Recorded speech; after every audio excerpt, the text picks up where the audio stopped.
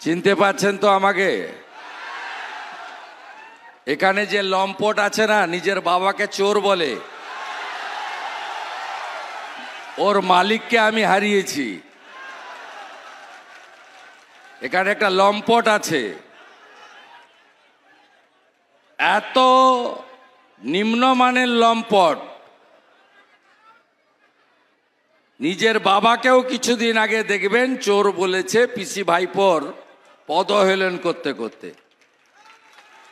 আমি আপনাদের সবাইকে রাষ্ট্রবাদী অভিনন্দন জানাই। প্রবল রৌদ্রের মধ্যে এসেছেন আমাদের দিনহাটাতে কর্মসূচি করতে।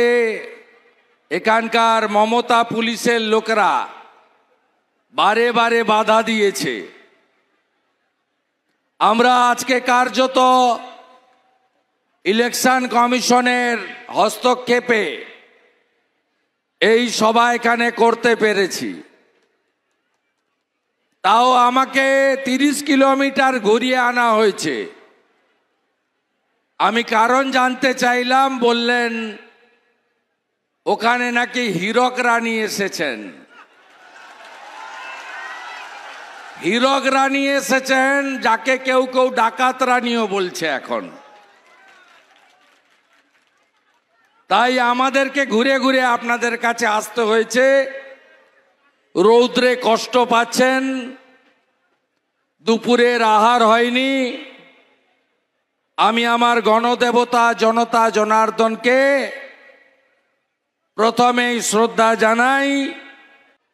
লোকসভা নির্বাচনে প্রথম দফার ভোট 19 তারিখে হবে। এই নির্বাচনে ভারতবর্ষের 543টা কেন্দ্রে 7 দফাতে ভোট হবে। এই ভোট কিসের ভোট? দেশের সরকার তৈরি করা এবং প্রধানমন্ত্রী নির্বাচনের ভোট, তাই তো? কতগুলো আসন পেলে সরকার হবে? 272। আর একটু আগে কোচবিহারে এক ঝুড়ি লোক নিয়ে যিনি এপাং ওপাং ঝপাং করছিলেন, পশ্চিমবাংলার সবচেয়ে বড় মিথ্যাবাদী মমতা ব্যানার্জি, তিনি কতগুলো আসনে লড়ছেন?